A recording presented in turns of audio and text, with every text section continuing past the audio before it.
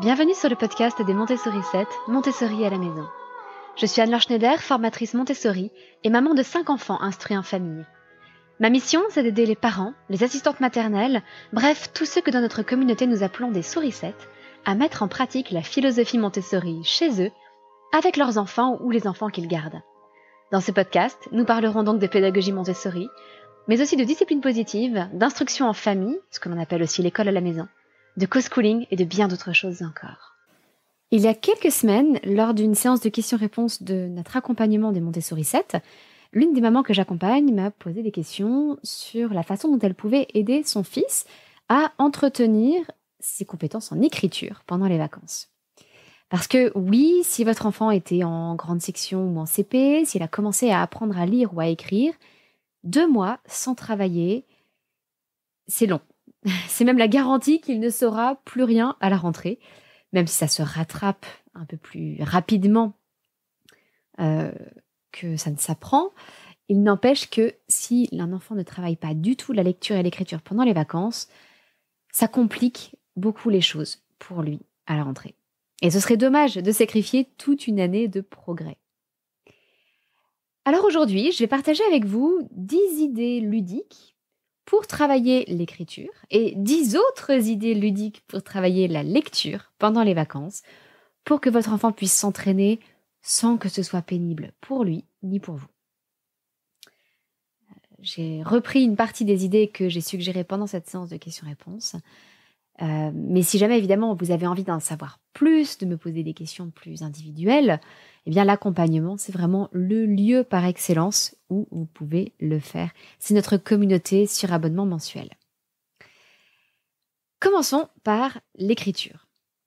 Je vais vous proposer des idées de la plus simple à la plus compliquée pour l'enfant. Donc, en fonction de son niveau d'écriture, je vous invite à piocher plutôt parmi les premières ou plutôt parmi les dernières. Au début, on va lui proposer des idées qui ne consistent qu'à écrire un seul mot ou 2 ou 3 petits mots à la suite, sans plus. Plus tard, on passera à l'écriture de phrases. Première idée que je vous propose, le plateau d'invitation à l'écriture Montessori. C'est une activité qui est peu connue, mais il s'agit en fait de proposer un support, par exemple une carte Bristol, un stylo, un feutre, quelque chose qui permette d'écrire, qui puisse être attirant. Ça, j'y reviendrai aussi un peu plus tard. Et des accessoires pour décorer ce que l'enfant va écrire. L'idée est de n'écrire qu'un mot ou quelques-uns, mais de beaucoup s'appliquer et ensuite de décorer ce qu'on aura écrit. Il est donc important que le mot qu'on écrive ait de l'importance. Par exemple, ça peut être le prénom de l'enfant ou de quelqu'un de la famille. Ça peut être un mot religieux, par exemple « Alléluia » pour les chrétiens. Ça peut être une phrase très courte d'un poème ou d'une chanson. Ça peut être une citation. Et donc l'enfant doit s'appliquer pour l'écrire le mieux possible et ensuite peut le décorer et l'afficher chez soi. Deuxième idée, vous pouvez écrire, votre enfant peut écrire des listes. Une liste de courses, une liste de souhaits de cadeaux, une liste de choses qu'on aimerait faire pendant les vacances, une playlist de chansons, pourquoi pas, une liste de films à regarder en famille, tout est possible. Troisième idée, profitez des événements de famille. Avec l'été, on a parfois des mariages, des premières communions, etc., etc. Vous pouvez faire écrire à votre enfant des marque-places ou lui demander de l'aide pour préparer des invitations pour un anniversaire. Bref, profitez de la motivation de cet événement particulier pour faire écrire de petites choses à votre enfant. Quatrième idée, vous pouvez lui proposer d'envoyer une carte postale à un ami ou à un membre de la famille. À ce moment-là, l'enfant va vous dicter un texte que vous allez écrire et que l'enfant va recopier ensuite. Ça lui permettra d'avoir un texte qui est écrit sans faute d'orthographe et donc que son destinataire va comprendre. Parce que s'il écrit une lettre de façon phonétique, ça risque d'être très compliqué pour son ami ou le membre de la famille à qui il l'a envoyé. Et si je vous recommande une carte postale plutôt qu'une lettre, c'est aussi qu'une carte postale, c'est plus petit. Ça se remplit plus vite, c'est donc beaucoup plus satisfaisant pour l'enfant. Cinquième idée, fabriquer son propre petit livret d'images classifiées. Le principe, dans la pédagogie Montessori chez les enfants de 6 à 12 ans, C'est que nous avons donc des images classifiées, des nomenclatures. Les images classifiées, il s'agit d'une image avec un billet de lecture, avec dans les nomenclatures des définitions qui sont associées. Et l'enfant associe le billet de lecture à l'image, et puis plus tard la définition à l'image et au billet de lecture. Mais l'enfant peut donc aussi se constituer son propre petit livret d'images classifiées, en faisant les dessins ou en récupérant les dessins que vous pourrez par exemple lui fournir, en photocopiant des images classifiées Montessori, et en dessous, sous chaque image, écrire le mot qui correspond. Et puis faire ensuite un petit livret à partir de ça. Je vous récapitule déjà les 5 premières idées. Le plateau d'invitation à l'écriture Montessori, écrire des listes, profiter des événements de famille pour écrire des marque-places ou des invitations, envoyer une carte postale ou fabriquer son petit livret d'images classifiées. Passons maintenant aux 5 dernières idées pour travailler l'écriture en s'amusant. Votre enfant peut recopier une fable, un poème, une chanson ou une recette de cuisine dans son carnet personnel.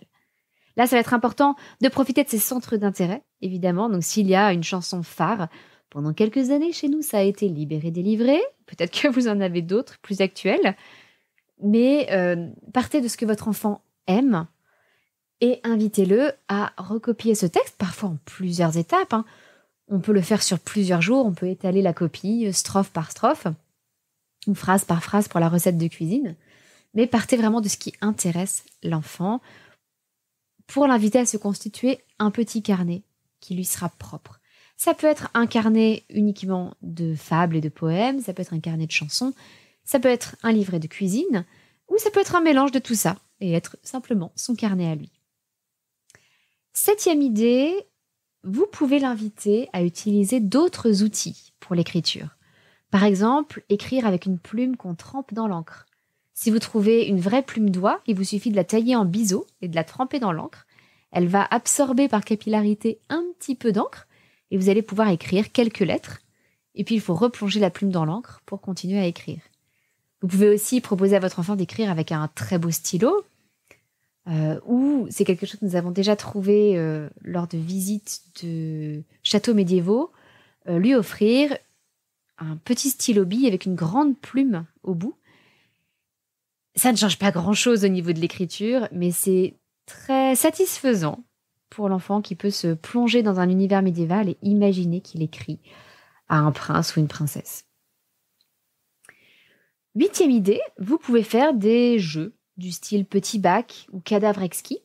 Dans l'accompagnement des Montessori 7, je partage justement des ressources pour pouvoir faire des cadavres exquis avec vos enfants sans que ça vire au n'importe quoi, parce que si on ne donne aucune règle au cadavre exquis, eh bien les phrases n'ont aucun sens. En fait, vous allez avoir des choses... Évidemment, c'est censé ne pas avoir de sens, mais grammaticalement, les phrases n'auront aucun sens. Vous allez avoir, par exemple, la tomate, l'otarie, le chien. Et ça ne forme pas une phrase, donc ça n'est pas très rigolo à écouter. Donc vous pouvez faire des jeux comme ça, du style petit bac, cadavre exquis. L'idée, c'est que l'enfant n'ait pas à écrire beaucoup de choses, seulement peut-être quelques mots. Mais c'est un petit peu plus difficile quand même que de fabriquer son livret d'images classifiées ou d'écrire une liste de courses, parce qu'il y a des règles, des contraintes qui rendent les choses quand même beaucoup plus difficiles. Par exemple, pour le petit bac, il va falloir trouver des mots qui commencent par tel ou tel son ou telle lettre. C'est évidemment un peu plus difficile. 9e idée, là encore on passe un cap. Vous pouvez l'inviter à rédiger son journal intime, un journal de gratitude. Ça, c'est très utile pour développer le bonheur et la joie de vivre chez les enfants. Rédiger un journal de voyage, si vous partez quelque part, en particulier pour une destination un peu exotique. Rédiger sa biographie. Pourquoi pas un petit journal de famille qui sera envoyé aux grands-parents ou aux cousins. Rédiger des scénarios de jeux de rôle ou des suites de livres, ce qu'on appelle la fanfiction. Tout ça, ça peut être très stimulant. C'est une autre façon d'écrire, c'est un autre contexte que ce qu'on fait à l'école. Et puis, dernière idée pour stimuler l'écriture chez votre enfant, ça peut être de lui proposer de préparer un lapbook. Un lapbook, c'est un support pour faire des exposés, souvent dans une pochette en carton que l'on ouvre et sur laquelle il y a des petites pochettes à ouvrir avec des choses dedans, des petits cadrans à faire tourner. Par exemple, vous pouvez avoir le cycle de vie de la poule avec un petit cadran qui tourne et qui fait apparaître l'œuf, puis le poussin, puis la poule adulte, etc. C'est une façon ludique de présenter des exposés. Donc ça demande pas mal de bricolage pour un petit peu d'écriture. Ça reste du coup quelque chose d'assez plaisant à faire pour les enfants. Je vous récapitule du coup les 5 dernières idées. Rassurez-vous, si vous n'avez pas pu tout noter, vous pouvez retrouver cette liste parmi les ressources gratuites de notre bibliothèque de ressources, le terrier des Montessori 7. Le lien est dans les notes de cet épisode, vous n'aurez pas de souci à le trouver. Je récapitule dans cette ressource gratuite les 10 idées ludiques pour encourager votre enfant à écrire et les 10 idées ludiques pour l'encourager à lire pendant les vacances. Donc les 5 dernières idées dont je vous ai parlé, ça peut être de recopier une fable, un poème, une chanson ou une recette de cuisine, d'écrire avec une plume qu'on trempe dans l'encre ou avec un beau stylo, faire des petits jeux du style cadavre exquis ou petit bac, rédiger un journal intime ou journal de gratitude ou autre, ou enfin préparer un labbook. Avec ça, vous avez quand même beaucoup d'idées pour éviter de faire de la copie bête et méchante. Et normalement, ça devrait être beaucoup plus agréable pour votre enfant. Il devrait être beaucoup plus motivé pour continuer à écrire pendant les vacances. Surtout que l'idée n'est pas de le faire spécialement progresser, mais simplement d'entretenir ce qu'il sait déjà. Et maintenant, 10 idées pour entretenir la lecture. Là encore, du niveau de compétence le plus faible au plus élevé. Premièrement, vous pouvez proposer à votre enfant des petits billets de lecture avec des objets du quotidien. Vous écrivez sur un petit bout de papier table, ou chaise, ou fenêtre, et vous lui donnez, et l'enfant doit aller les poser sur ce qui est désigné par le billet de lecture. L'avantage est que ça peut se faire n'importe où avec simplement du papier et un crayon, avec ce qui vous entoure, et que vous pouvez adapter le niveau de difficulté au niveau de lecture de votre enfant. C'est-à-dire que s'il ne sait lire que des mots phonétiques, vous pouvez lui proposer table, et vous n'allez pas encore lui proposer chaise. Vous allez vous limiter à des mots qui s'écrivent de façon phonétique. Deuxième idée, vous pouvez lui proposer des images classifiées Montessori. Là encore, on en a beaucoup dans l'accompagnement des Montessori 7, en particulier pour travailler la géographie culturelle. Pour chaque pays qui est étudié, on a tout un répertoire d'images classifiées sur la faune et la flore, les monuments, les traditions de ce pays, etc. Mais c'est quelque chose que vous pouvez trouver assez facilement sur Internet, des images classifiées sur les fruits et légumes ou sur les animaux. Nous en avons de très belles sur l'accompagnement, mais c'est quelque chose que vous pouvez trouver quand même, sinon sur Internet. Dans les images classifiées, le principe est que l'enfant va lire les billets de lecture et les mettre en paire, un peu comme il le faisait avec les objets du quotidien, il va les mettre en paire avec les images qui sont présentes devant lui. L'avantage, c'est que ça peut permettre d'introduire un vocabulaire un peu plus riche et de sortir du vocabulaire du quotidien qui est dans l'environnement immédiat de l'enfant. Troisième idée, toujours autour de ce concept des billets, vous pouvez écrire ce qu'on appelle des ordres en Montessori. Alors, je n'aime pas beaucoup ce nom d'ordre. Certains appellent ça des commandes Montessori. Moi, j'aime bien appeler ça des instructions Montessori. L'idée que vous écrivez sur un billet une petite instruction. Par exemple, saute sur la jambe droite. Au début, ça peut être très simple. Ça peut être juste souris. Et l'enfant doit lire ce qui est sur le petit billet et faire l'action, évidemment. Et puis, il peut vous rendre l'appareil. C'est un peu une idée bonus pour développer l'écriture. Il peut écrire sur un petit billet l'instruction qu'il veut vous voir accomplir, vous. Et là, c'est à vous de lire et de faire ce qui est écrit. Quatrième idée, toujours vraiment dans la progression Montessori, vous pouvez utiliser les studia Montessori. Les studia, ce sont en quelque sorte des tris. Par exemple, vous pouvez avoir ce qu'on porte en été et ce qu'on porte en hiver.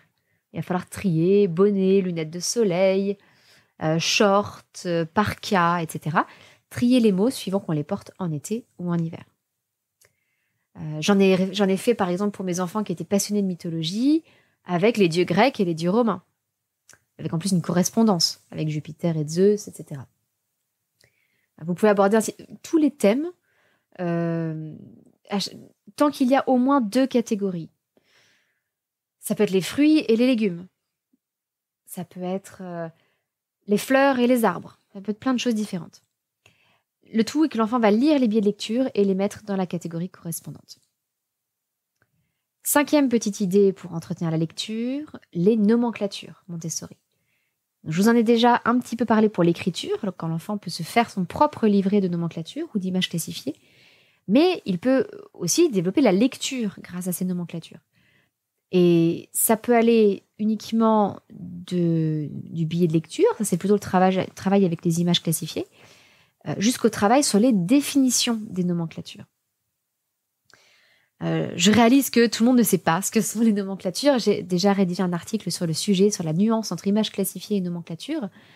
Mais l'idée, c'est de travailler un thème. Ça peut être la zoologie, ça peut être la géographie, tout un tas de choses. Et de travailler différentes notions. Chaque notion fait l'objet d'un livret de nomenclature avec des images, des mots, du vocabulaire et des définitions. Par exemple, en ce qui concerne la botanique, vous allez avoir les différentes parties de la plante, avec la racine, la tige, les feuilles, etc.